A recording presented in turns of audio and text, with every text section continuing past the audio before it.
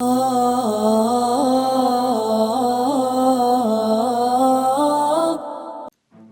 a spiritual code which goes like this.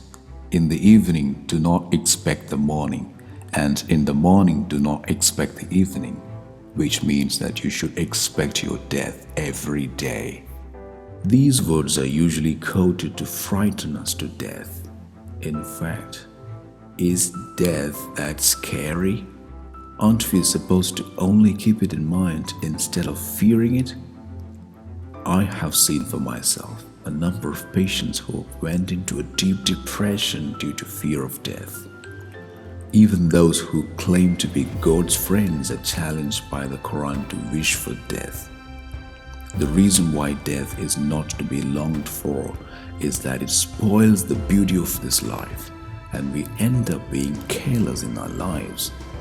What this code actually teaches us is that we are all so short-lived that we haven't got any single second to waste fighting with one another. Billions and trillions have already visited this earth, and we have many generations to come. As the tiny links of this chain, we have to make the most of this life. This is what this code actually teaches us. My teacher, Lakshmi, had a sister who was informed by her doctors that she had only 6 months to live. For the first 2 months, she did not know what she ought to do or what her future would be like. She was scared, and then she learned to accept the death. She used to say to my teacher, "Sister, you don't know how tasty this cup of tea is." She would spend her evenings enjoying the sunset and her nights gazing at the beautiful stars. The only thing that upset her then was the realization that she hadn't lived her life until then. Then she literally enjoyed her life. Do you know why we fail to enjoy our lives? It's because we are misled to believe that we still have a long way to go before we breathe our last.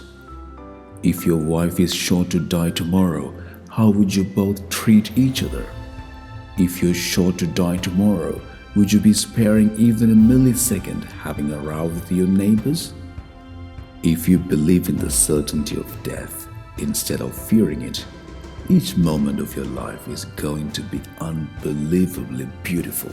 No American president can assure that he won't be dying tomorrow. We should convince ourselves of death, which is the only thing that's guaranteed after our birth. Fear of death spoils your life, while keeping it in mind makes each day of your life happier than before. Haven't you watched swarms of flies flying around a light bulb in frenzy of excitement, even though they are destined to live only for one day? We have an important lesson to learn from them.